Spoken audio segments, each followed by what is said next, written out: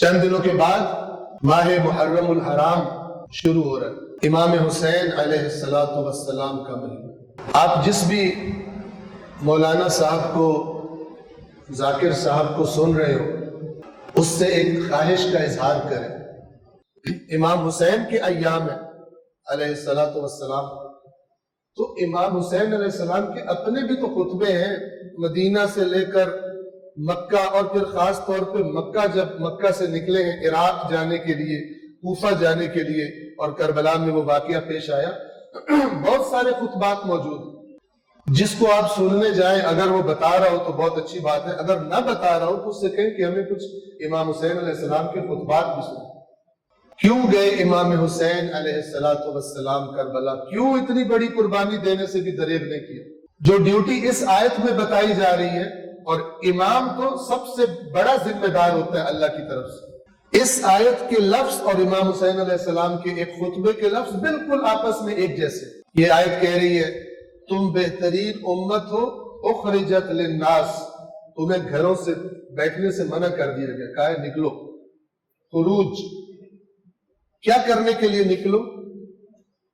تأمرون بالمعروف وتنہون عن المنکر، نیکی کا امر کرنے کے لیے، برائی سے روکنے کے لیے تم یہ کام کرو۔ تو معروف ارشاد ہے اور خطبہ ہے امام حسین علیہ السلام کا۔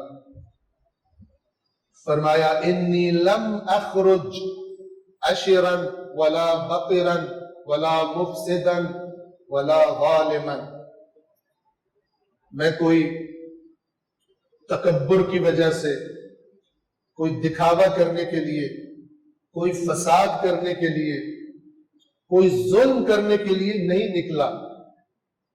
وہ تہمتیں جو لگنی تھی امام پر، پہلے ان کا جواب دے، ان میں سے کچھ میرا مقصد نہیں ہے۔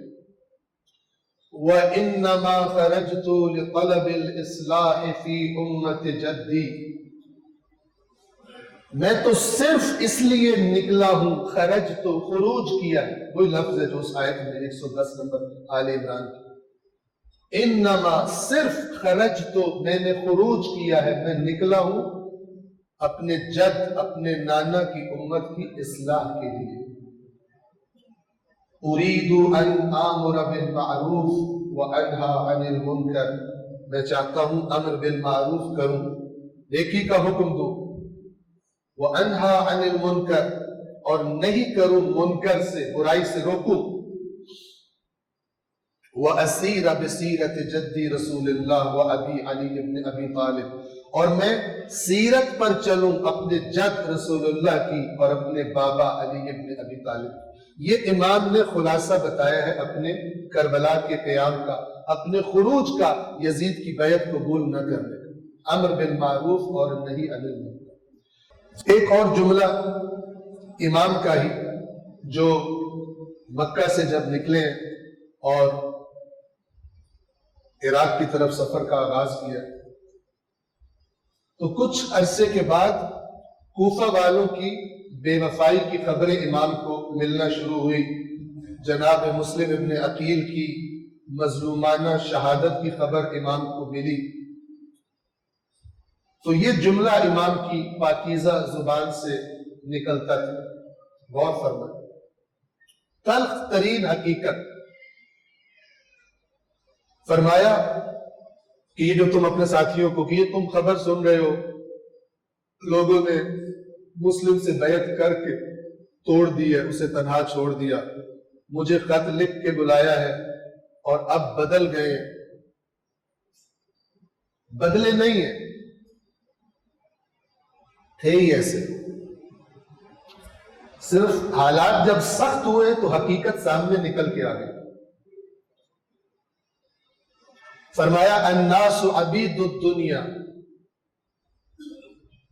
لوگ دنیا کے غلام ہیں، دنیا کے پیچھے دوڑ رہے ہوتے ہیں، دنیا کمائیں،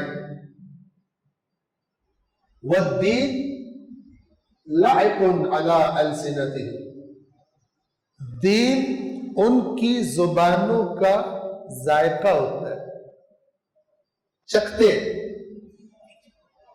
جب دین میٹھا لگے تو ٹھیک ہے، کوئی نقصان نہ ہو رہا ہو، کوئی کڑواہٹ نہ ہو دین میں، ان کی ناپسند کی چیز جو کام وہ نہیں کرنا چاہتے وہ نہ ہو، ایسا دین بتایا جائے تو یہ دین کرتے ہیں۔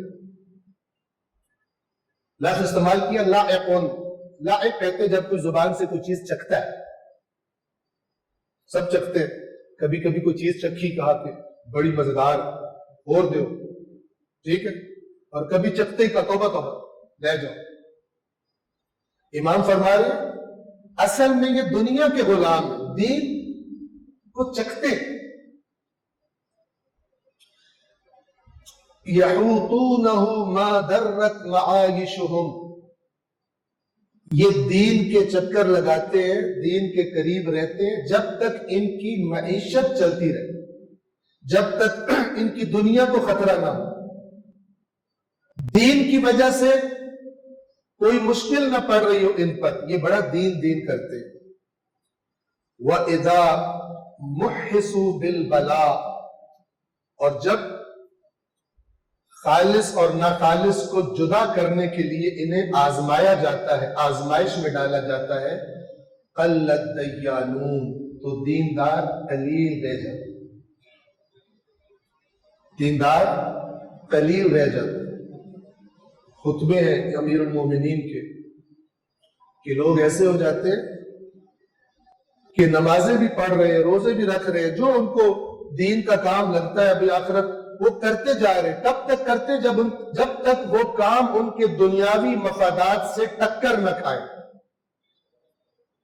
امام فرماتے ہیں اگر ان کی نماز بھی ان کے دنیاوی مفاد سے ٹکر کھا جائے اس کو بھی چھوڑ دیں گے۔